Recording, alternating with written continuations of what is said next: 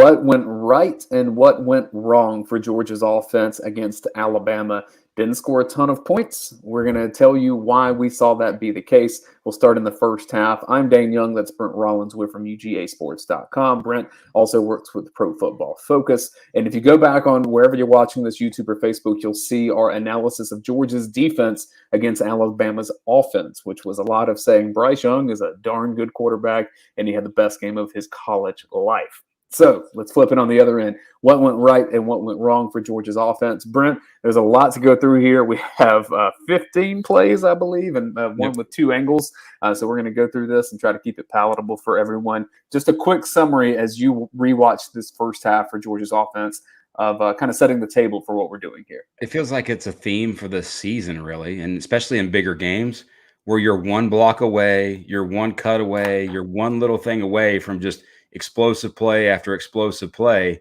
And the other thing being, there's some third down issues here, and we're gonna highlight those third down issues. And there's some perimeter blocking issues. There's things that have been there all season, but the talent has overcome them. And then when obviously you match with someone with a lot more at least close to equal talent than you, it makes it a completely different ball game. You see the circle on my screen? Yes. Yep, we do. Good to go. Beautiful. We're doing things the right way. All right, so here's the first play of the game. We've broken this down into quick passes, running plays, down the field passes. We do have one sweep in here as well, and then red zone with Darnell Washington. First play, this is a little quick pass. Should be a touchdown. Literally should be a touchdown. There's a couple things for me with this, and you think about, all right, what can you do a little better, and sort of questions with this. I always think and this is how I teach this, and I've run this same play in the offenses that I call, we're going way wide. We're not just going wide, we're going way wide. So when we're going way wide, it's all right, who are the threats? And the two questions I have about this is, one, why is Brock Bowers, who is in the slot, going to the inside linebacker versus the safety that we see? Because typically with this, you have two outside guys coming down, and then Darnell Washington kind of, looping around. So that's one. So now Cook, when he has we don't get to the safety, battle comes down. Cook has to take a little bit different angle. So that's one thing. And then as opposed to sort of if he were blocked, he could have a straight line angle falling right on Darnell's hip. But then second thing, Darnell actually does a great thing. Because he's big, because he's the ginormous human that he is, the guy has to go around and inside of him, but he turns back. Just go forward. Just go forward. Don't worry about that guy. Cook's going to outrun him if he goes inside of you because, again, the ball is going way wide. So if he goes forward here and gets the backside pursuit, house call. We'll show it one more time. And again, when you have good athletes on the field, if you get a straight line here, that's not going to be good for Georgia. So I think you're spot on, especially with your first point. If Brock Bowers makes this block right here, and it's one of those, he obviously went exactly where he thought he was going to, because he went straight line to that inside linebacker. And maybe it's, hey, we think the safety is going to be off and we're going to, let him play over the top, that kind of thing. But yeah, it caused a different angle and Cook had to make a thing. But Cook, in this game, by the way, I love it as a first opening play. Go get wide, go get a playmaker in space. I think they've done that, a couple of different 2 out of 3 of the last games or something like that. And Cook still makes a play. And he does. That. And he does. And, they get a penalty, I think, after that as well. And, but on the game, Cook, 15 touches for 66 yards. That'd been a lot more over the previous, few 3, 4, 5 weeks with him. But, still yet, okay. Good play. Move on. Positive yards. Next one we're going to show you, I'm going to circle Brock Bowers here. Keep your attention on him. I promise you this is not a Brock Bowers bashing session. He's the best tight end in the country, but he's still not the most proficient blocker. Darnell Washington is better at that aspect of the game. This is a tough play. I'm not saying it's easy. I'm saying if you're going to be one of the nation's best tight ends, you make it. Yeah, and it's, hey, it's one play. It is. But still yet, the thing I love about this play, and they did this, is that they do it with Zeus. Is that Zeus is the one catching the ball. Like, don't be predictable. Don't be, hey, when Zamir's in the game, we're running him or we're running play action. Like, go throw him the ball. I like it. Go get it. The other thing is A.D. Mitchell.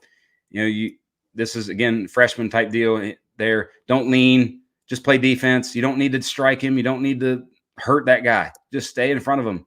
You don't have to even be physical. Just play defense. Side to side. Shuffle your feet. Frankly, you could probably just run off the screen and someone's going to go with you. Yeah. Got to make the open field plays, because if you look at this from Zeus's perspective, if blocks are made, You got there's there. an You got opportunity there. you got Or either or if you wanted outside. to Yep. cut out, Either or. Yeah. Either or. would've been a Ideally, he's bigger going play. outside. Yeah. Ideally, he's going outside on that. But still yet, hey, good positive game. Like I said, I like it that they throw him the ball. You got to have that as a threat. Next quick pass that we're looking at, you see Stetson making a call. Yeah, This is he's IDing the blitz. This is third down. This is the sort of, I think, the second of the 3 and outs after a Bama touchdown. And this is one of those where this has now happened, I think, twice? I think we saw it with Ladd in the Tennessee game, maybe. But where I think Stetson is anticipating the route to be flattened out and sort of more go down the line, like sort of as a straight line out, versus kind of more of the arrow route that Cook runs. And because after the play, Cook kind of like threw his hands like, what happened there? It's almost like Bennett thinks he should be here and Cook thinks he should be here. Yeah, but still, yeah, by the way, good idea of the blitz. You get a matchup. You got Cook on Toa, and you like that, especially third down coming out of the backfield. I'd love it more as like the arrow, the angle, or the choice route where he attacks him initially, but you're also getting a blitz, so you feel like you maybe got to get the ball out a little bit quicker. I think that this is going to Cook the whole time, just based on what Stetson saw pre-snap. But one thing I don't like is the congestion of these routes that Georgia has in the middle of the field. There's one guy in Bowers, second Georgia receiver, 3. They're all clustered right here. So even if Stetson had to look away for a different option, there's not going to be anything there when you're all running to the same spot. Yeah, they had cover 1, so they had they try to run crossing routes to get man beaters, but when you do that, and then you have Burton coming in behind to get in the middle of the field, it does create that congestion that you point out. But yes, it's one of those things where, hey, I always like, do we practice this? Do we get on the same page with this? Because again, it's not like it's a one-off. This is now a couple times where we've seen that miscommunication of, hey, I feel like the QB thinks the receiver's going to flatten the route. The receiver doesn't necessarily think so. Let's move on to a positive play for Georgia fans. So eyes here on Ladd McConkey, and then also Jamari Sawyer. Darnell Washington as well. I mean, everybody. They all to me. There's only one person here that I'm gonna point out that kind of doesn't necessarily do the best of jobs, but still yet this will always be. We did our post playoff reaction show, and I was talking about Ladd needing to be on the field more because he's an elite receiver. And guess what? He is. And stop thinking that he's not. And to me, he's one of their best 3 receivers. He's a threat every time he touches the ball. Let me give you some numbers just to back that up. 28 catches on 33 targets, 430 yards, 5 touchdowns, only 1 drop. And that means his passer rating when targeted is 158.3. Guess what that is? That would be a perfect passer rating when targeted. He's the number 1. He's the only one in the entire FBS with a perfect passer rating with over 30 targets. Get the dude the ball. Get the dude the ball. If you can have him on the field with a healthy Pickens and Bowers, all of a sudden you have an offense that feels unstoppable. If you have some efficient. There's threats everywhere. There's threats, and his speed. He beat somebody later in the game. Got a PI penalty. The only question for me, or thing for me here, is watching the bottom of the screen. Everybody, the offensive line, they all go, they flow, they create the angle that you want, where you get sort of that wall and go to the middle of the field. But at the bottom of the screen, you've got 2 different players. You've got Kyrus Jackson, very experienced, and you've got A.D. Mitchell, very inexperienced. Kyrus knows that, hey, I've got a screen to the opposite side, so I run to the inside and get my head and butt to the inside. A.D. Mitchell kind of goes and fights a little bit, doesn't get his head and butt turned, and that guy has a chance to make a play, but Ladd makes him miss. Good point. Even if it's on the other side of the field, it impacts what could potentially happen. Just real quickly to give you an idea of how good Ladd McConkey's vision is once he gets the ball and how much of a playmaker he is. Darnell Washington has not reached his block. Jamari Sawyer has not reached his block, though they both do that efficiently. When McConkey gets this ball, he has a decision to make, right? Do I kind of stick to the outside and really trust Darnell to pancake this guy? Or he sees this inside path here that I think a lot of players don't see. And he knows my guys are coming to help there. And that's the wall that's being created. And the key is he's very quick and decisive with his cuts, and every cut that he makes, he's just good. He's Hunter Renfrow, and he should play more. A faster version of him. He should play more and should be targeted more because he's a really good blocker as well. Just overall great player. So let's get to some running plays here. We know that Georgia did not run as efficiently as the offense likes to. So let's start here. And this is the second. This is the play right after Cook got the pass, the penalty. All right, now you're in their territory, and you win a little tempo. Hey, we got him, and you're running all your tight ends on the field again, and you're just again one block away from putting Cook on the safety against one-on-one against the safety. Let's check out some eyes here. Warren McClendon looking to his right, kind of upfield. What he doesn't see, this linebacker that ends up making the play. If he can turn his head to the left and even just occupy a little space, just stop, just get in the way. Yeah. Just get in the way, because if you get in the way, he's going to be by him. And then you have two lanes. Like you have a good lane here because Darnell Washington, great run blocker, does a great job. And now Cook is one-on-one with some space against a safety. And, you don't look inside, and Christian Harris just gets a full out, all right, straight line, semi-kill shot against Cook. And Cook's not expecting him to be there. He's not going to see that. He's not going to see that guy coming from the backside. Because you mentioned if you get the one-on-one, if that block gets made, there's Cook. Here's the safety. Here's all the space. Yep. That's a win for the offense if you create that scenario. Always. So your first two plays of the game, you're one little bitty thing away from being, just big time in terms of that. Now, this is the play before the Ladd screen touchdown. And again, it's Georgia's success running the ball has been for the most part on the edges this year. And it's using the tight ends to the degree that they use them. Running to the boundary. And this is what you want. You get the one-on-one against the safety. Now it's a little different because he's into the boundary. So you're space to do things. Maybe if you wish, hey, hurdle him or something. But again, the space that the back has to make the play is limited, but still yet 12 yards, first down play, moving the chains. You're feeling good. You're down 7 at this point. From a blocking standpoint, Marcus Rosemary-Jack Saint, good effort. Yep. I do want you to watch Warren Erickson. Doesn't end up impacting the play too much, but this guy ends up on the ground too much for my taste, and he just gets shoved here.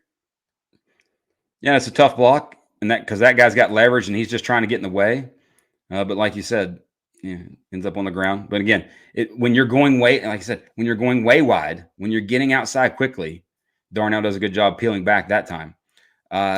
When you're going way wide, the work on the interior is more about just getting them to hesitate because your back is going to be faster than those guys on the interior. And to your earlier point, just to give him a shout out, this is John Fitzpatrick. Keeps his man to the outside down the field and avoids potentially having him come make a play. McIntosh should have been down, but that's the right technique. Yeah, and that's, again, when you get the things that you want offensively, and it's amazing. And when you think about the running plays, when you perfectly block running plays, it's a beautiful thing. It's such a beautiful thing. And it's always, because there's so many moving parts. When you think about a passing play, yes, you have to protect. But a lot of times it's often one receiver and the quarterback making the play. There's other guys doing things. But on a running play, it's all of that stuff working together to make great plays. And that's what kind of makes it a little more difficult sometimes to get those explosive runs. Next play, a little pre-snap action. You see Ladd McConkey coming in motion. We see this often where Georgia uses the tight end to be a lead blocker coming across the formation. Yep, little split zone action here. This is 2nd and 1. Everybody's in the box. They're playing there, and you are just this close.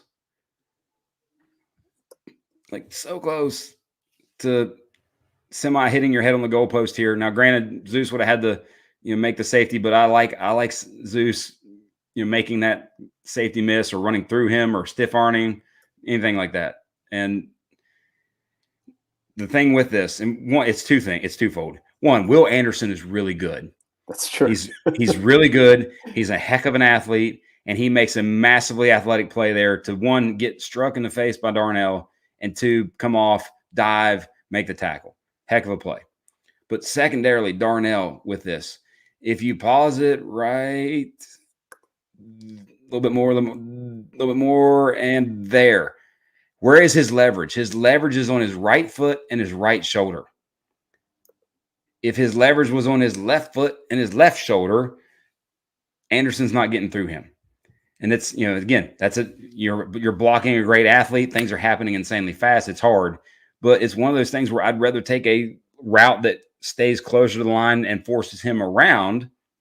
Now later, Anderson blitzed it and made a great play, and we're going to see that when we look at the second half. But do you think that this chip from Warren McClendon, it's a real quick one, he does what he's supposed to do. Do you think that it should have jarred Anderson a bit more to maybe give Darnell better leverage? No, because he's got to do what he's got to do. It's there. It's just quick.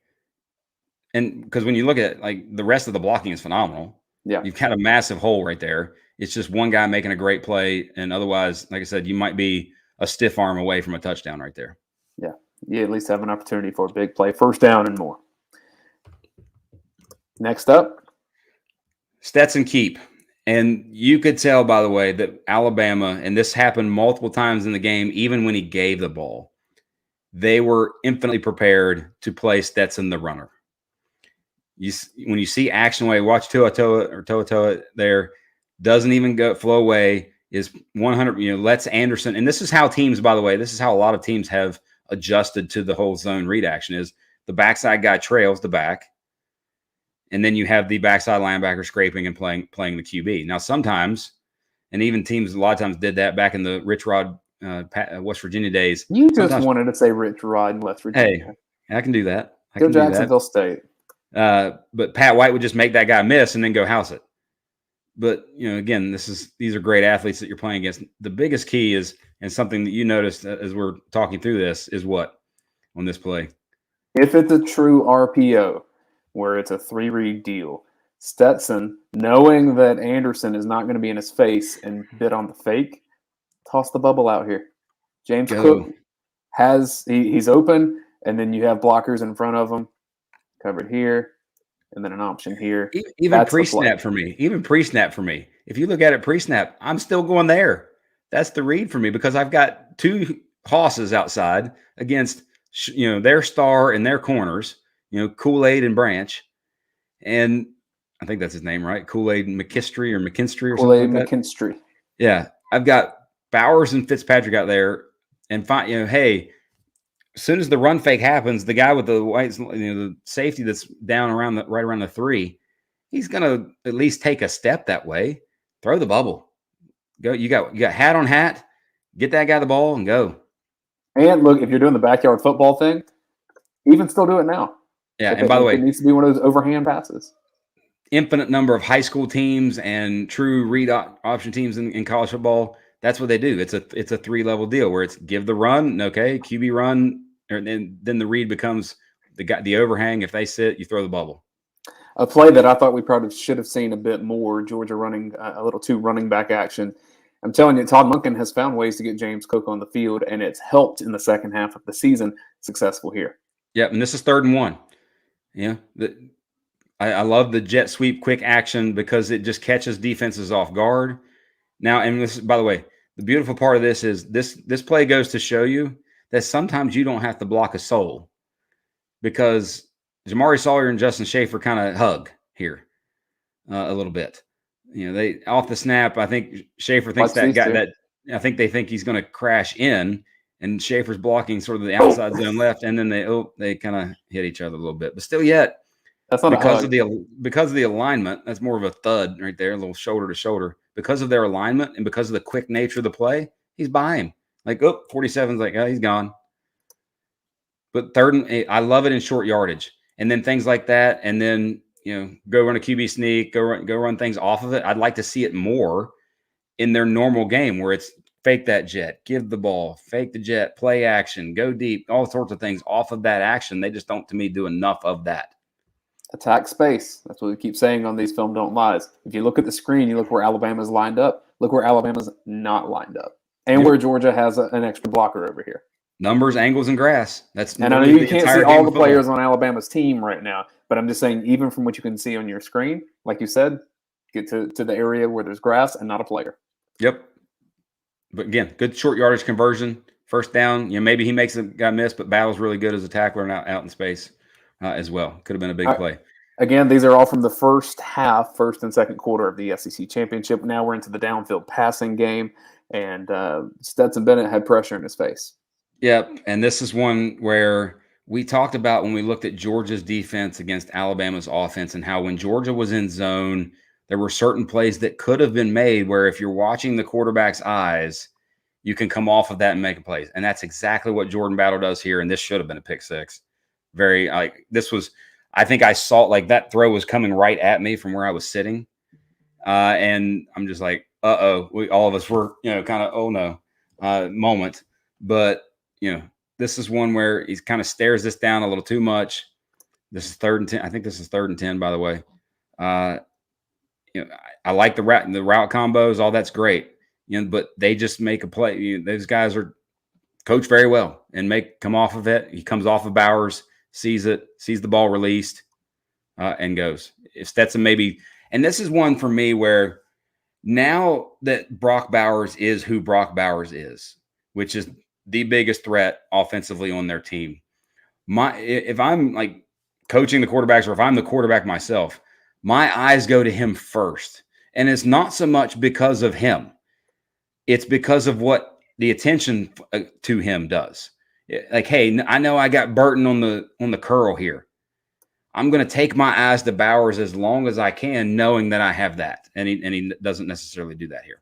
And this is one of those kind of plays that I think gets a screenshot done and says, well, why didn't Stetson see this? Or why didn't Stetson see this? The couple checkdowns that he has. Look at where he's got pressure in his face. Oh, yeah. You got to get rid of it quickly. And they blitzed them, and they created some confusion there with some of their blitzes.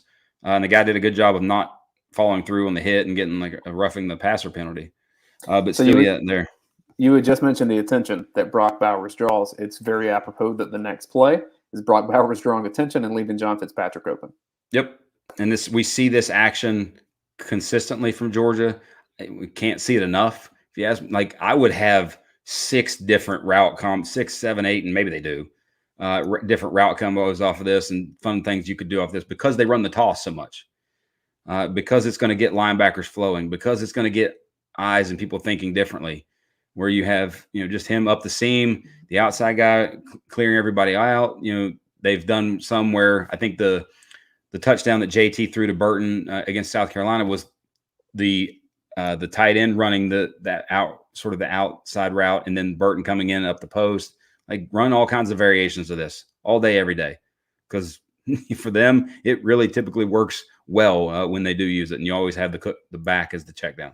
Especially because if he's healthy for the rest of he's got a month, right? AD Mitchell down here, good player. I'm not saying he isn't, but that may become George Pickens. And then if you get George Pickens with a whole sector of the field to himself, there's a read down there too. Speaking of that. Hey, you like that transition, right? That's a nice little tease transition. Very, very good. Very good job by you. Professional right here. Here we go. What do you see on this play? 2 things. One, this is what this guy, he's just special. Like, there's certain things, like there's certain gifts for, like we talked about Bryce Young and the ability to slide through the protection and flip the thing, backyard ball, just gifts. Well, guess what? George Pickens was gifted with the ability to track the ball in the air and go catch it. He's just that good. And anytime you get him one-on-one, I was sort of proud of myself for this moment, sitting where I was. I was looking right at I was down about the goal line, looking right at this play. And as soon as I saw the alignment and him on the field, I'm like, all right, no safety help, take a shot. No safety help, take a shot. But the beautiful part is, we talked about, the tall, it's the same formation as we just saw. They're faking an inside run as opposed to the toss. And you've got guys open. Darnell in the middle of the field, biggest dude on the field, hanging out behind linebackers. Nice little window there for him. There's Darnell with potential space. Got to be a good throw for sure. And maybe that's the right read. But George Pickens is Waffle House, man. He's always open. Well, it's one of those things where now, like, hey, next time, same thing. And you get safety leaning. Now, all right, take that look out to Pickens and then recheck up into the middle to Darnell behind the backers. But the threat of him, he got 20 snaps in this game. My hope is that he gets anywhere from 35 to 40 each of the next 2 games. My hope is that. And that's a conditioning thing. That's as much. But I will say this, George just seems like the type, you always feel like, hey, there's that mental hurdle, the knee stuff. He just seems like the type. He's just like, all right, I'm full throttle, all gas, no brakes. If I'm on the field, I'm going 100%. Like it wouldn't even bother. He feels like a type of guy who doesn't even bother him, doesn't even think about it, and just goes. Well, and Alabama respected it too, because obviously of the coverage down here, but from the snap of this, the safety reading the quarterback's eyes falls back, knowing that that's George Pickens down there, regardless of his health, regardless of anything. George Pickens is covered here. It just doesn't matter. Yep. Like you said, sign of a great receiver. Waffle House. You like that? I covered arena football one time, and there was literally a player that wore the sleeves, and they had Waffle House's logo on it. And I asked him, "Why are you wearing those?" He said, "Because I'm always open." That's nothing wrong with that. Now this is another third down early in the first half, and my notes for this were just please stop. Please stop. Like this is now consecutive weeks, consecutive games. This is how many times this season where we're trying to hit A.D. Mitchell in this slant, and the timing is just off. It's just off. And the other part of this is I don't know that yes, if he gets there and the timing's there, quick catch, first down, get down. But because of what the motion does here with the back, you always look at, all right, where are the numbers? Where are your numbers versus there? So as the motion goes out, right now, the safety doesn't move. The safety doesn't rotate the middle of the field. He's just sitting there, and he instantly turns his back almost to the SEC logo and stares at the receiver and is breaking down. And look, he's playing the route. He's not even looking at Stetson. He's just playing now the route because he knows there's no other threat in his territory.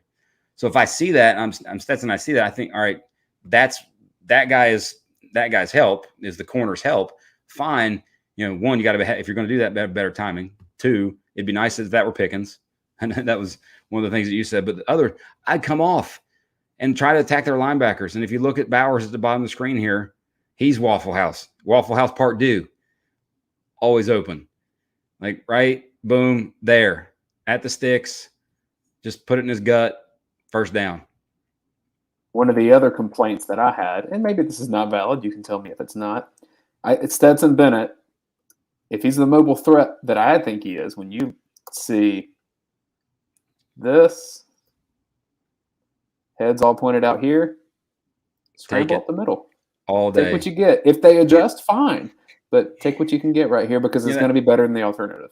And that's, by the way, that's an outstanding point because there's a couple plays in the second half in that third quarter that was kind of the ending of it for Georgia, where now granted they're wrapping around and Anderson's coming around and you get through there, maybe you get tackled, but where he has opportunities to use his legs, especially if he broke the pocket. This is a little different because you're in the pocket, you want to play from the pocket. But when you have those opportunities, usually take them. Just take them. That's what you're there for. That's your advantage. That's your your trump card. Use it. We have two more plays. One of them we have two angles of. So this is really good coverage from Alabama, I think. Yeah, there's just nowhere to go. And this is certain times in the game where you think, okay, where do we go? He tries to make a play. This, by the way, this is also kind of a long yardage situation here. Second and four. Here we go. Second and four. I think, no, this one was like third or second and long, I think. Or first and long, maybe after a penalty, I think it was. But you think, all right, well, where am I going to go? Where does he go with the ball? Everybody's covered. You could maybe check it down the back if you thought quickly to go to the back, but there's nothing there that says I need to go to the back quickly. But you got Bowers who's doubled. You got Burton going over the top who's in essence doubled. You got Darnell coming across. Maybe you take that, but he's covered well. And then you try to put the ball in space with I think it's the Mitchell on the top of the screen. It's just tough. That's the back is there, but he's got the linebacker trailing. So, this and then even to my point a second ago, if Bennett tries to take this gap here, the protection may not last, but then even, you have two defensive backs. One of them's going to get to that spot. You're not getting much out of it. Definitely not getting a first down. No, you're definitely not getting anywhere where you need to be from a positive yardage standpoint. But that's what the combination of the sticks are down here. This is the line to gain. Yeah, that's what the combination of what Alabama did in this game where, and by the way, Saban talked about it after the game, how we wanted to give a look pre-snap, change the post-snap. We're going to change the eyes, change the thought process as much as we can. And, they did it. And they definitely did. There's some confusing elements to what they did. And they're always going to do that. He's that good. I mean, he's the GOAT for a reason. And his defenses are always do that thing. At least, you think about, well, their defense has been kind of beat up this year and done things too. But when it matters, they're going to be able to do what they want to do and do things well. Last play, we know what this is. This is right after the George Pickens catch that we saw earlier, which was throw it up, let Pickens make a play. You get to the red zone, throw it up, and let the guy that's LeBron James' size make a play. First play of the second quarter. This is just, I could see this all day. Do this all day, every day. If you had a Darnell Washington on your Titans football team, I think you would do this too. Oh, I would. Exclusively. So many times, especially in the red zone. Now, and what's amazing is I love, by the way, I love Darnell's reaction because this was his first career touchdown catch. And I didn't realize that. I'm almost certain it was. And, he's just like, flexing and doing that kind of number. I love that kind of reaction. That guy's like pumped up. Hey, I got one. I dunked on you. One thing to notice, great backside blocking from John Fitzpatrick. He doesn't get a lot of shine, doesn't get a lot of love, but this guy's a key to the offense. Oh, yeah. Very much so. Good protection all around. Good fake. Good. And by the way, good job of Stetson putting his head down to the fake. Those are little details that maybe don't go noticed, as opposed to if he were to keep his head up, the coverage and the other linebacker maybe gets involved in that a little bit. But when you go down with that fake a little bit, that gives them that extra step that give you a window. You start kind of dreaming the possibilities of George Pickens is healthy. I know you don't like the end zone fade, but if you have Darnell and Bowers and Pickens and maybe you toss in Cook in the flat or something, there's some fun stuff to draw up here if you're an OC in the red zone. You got all kinds of options. Now it's just about finding the right ones and going and executing. Because here's the thing. Michigan, we talked about Anderson, and that was one of the things before the game. Anderson was very much, hey, block Will Anderson. That's primary goal number one in this game. Block Will Anderson. They blocked him, and they blocked him well for the most part. He made a couple plays here and there, but nothing. He wasn't a game disruptor. Well, Michigan has two of those, and one of those that's likely even is just as good, if not way more physical, in Hutchinson. So that's going to be tough for them because you think Georgia's defense is going to play a lot better. Their style fits Michigan from a matchup standpoint fits Michigan a lot better. But still yet, you got to go score points too. And you got to go be aggressive and go put points on the board. And, I think these little things, if you got all these practices, clean up these little details, get Pickens healthy, and put those guys on the field. Put them on the field constantly. They rotate so many. They play like 6, 7 different guys, 30 snaps. Fine. Great. I love it. I love it in the regular season. Right now, play your dudes. Play your best guys. And McConkey's one of those. We agree on that. 100%. 100%. This is the first half. Georgia's offense against Alabama. What went right and what went wrong? There were some things that went wrong, but I think there's some hope here for Georgia's offense as well. You have to remember when Georgia's offense had finished what it was doing for the first half, it was a tie game with Alabama. Now, Alabama then scored. Georgia kind of had to run the clock out there, was down by a touchdown, and then by the time it got the offense back on the field for the second half, it was down by 2 touchdowns. But if you look at the first half, overall, offense and defense, it was a draw. Now, second half gets a little worse, and we'll look at that next time that we come here on UGAsports.com. We'll create a playlist for this YouTube channel. You need to be subscribed to this page, and you need to follow Brent on Twitter and me on Twitter. I'm at Dayne Young. It's just my name. And PhD Doc over there, you can say yours. Yeah, it's at Brent Rollins, PhD. I just like missing it up every time so you can correct me. It makes Maybe I'll start putting like Doc on the thing there instead of my name. A lot of stuff coming. Doc. A lot of stuff coming this week. We'll have UGA Sports Live next week on Tuesday. Around the league, we'll wrap up for our season with all the SEC coaching changes and then bowl previews as well. For Brent Rollins, I'm Dayne Young. Thanks for joining us here for Film Don't Lie on UGAsports.com.